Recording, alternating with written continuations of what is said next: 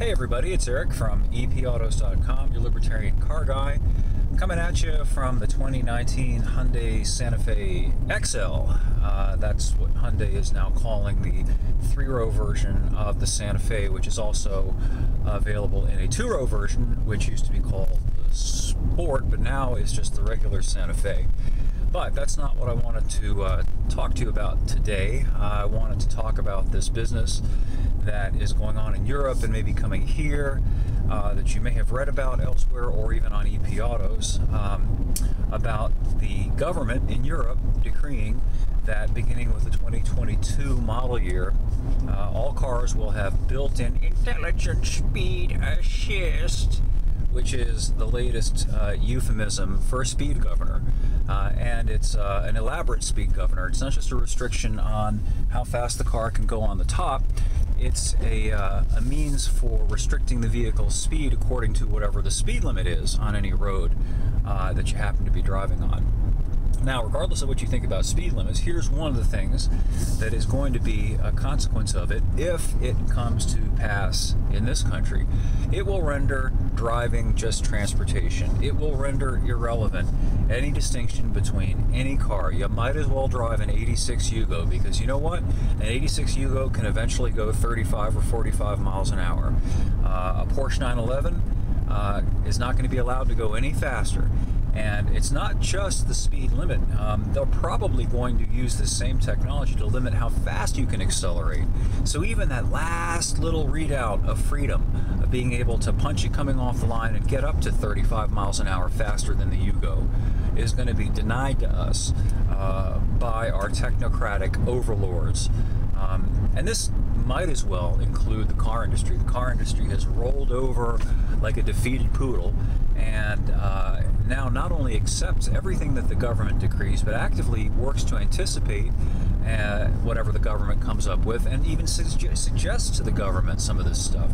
And by doing that, they're digging their own grave, in my opinion, because again, there is going to be no point to driving other than as mere transportation. And in that case, there's only the need really for one sort of basic transportation module. Well, maybe in different sizes and different colors. Okay, so you've got a small module, medium-sized module, and a large module, but driving no longer matters. And I do think that ultimately that is what the objective of all of this stuff is. It ties in with the electric car agenda, and obviously with the automated car agenda, ride sharing, transportation as a service, and all this other junk that we've been hearing about endlessly for the last couple of years, that appeared out of nowhere, and for which there really is no organic demand, meaning it's not coming from the bottom up, it's coming from the top down. This stuff is being crammed down our throats, and the reason is really quite simple. If you talk to anybody who's studied military tactics, one way to control a population is to control its mobility. If our mobility is controlled, our ability to get around. Look at this Clover, by the way, but he literally stopped in the middle of the road. What the hell? Well, now he's picking up speed finally. But anyway, sorry for the segue. If you control people's mobility, if you can restrict how they get around, force them into, here's the Clover, and his nice little yellow Ford barely creeping along. All right, we're going to get to test out the high-performance capabilities of the Hyundai Santa Fe XL. It was just a little old lady clutching a steering wheel with her bony fingers at 10 and 2. Lord almighty. See, she'll be perfectly happy with a speed-restricted car. It'll suit her just fine.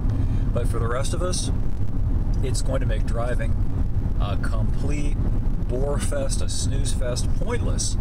Why would you buy a car? What's the point of it?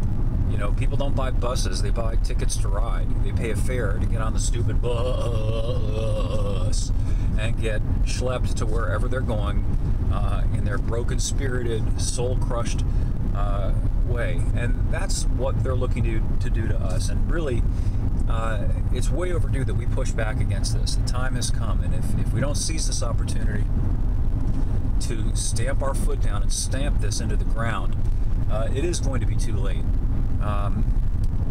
The window's closing. We've got to do something quickly. So anyway, more up at epautos.com. I'll also have a write-up of the Santa Fe, which, by the way, Hyundai's going to update and may name change again come 2020. The rumor mill has it that there's an 8-passenger version on deck, and they may not even call it the Santa Fe anymore. It might not be. It may be a whole new model, so that's a whole other thing. Anyway, thanks again for listening, and if you like the site, please click on the support site, toss a couple of coins in the bucket, and we'll be very grateful, and we'll look forward to talking to you again soon.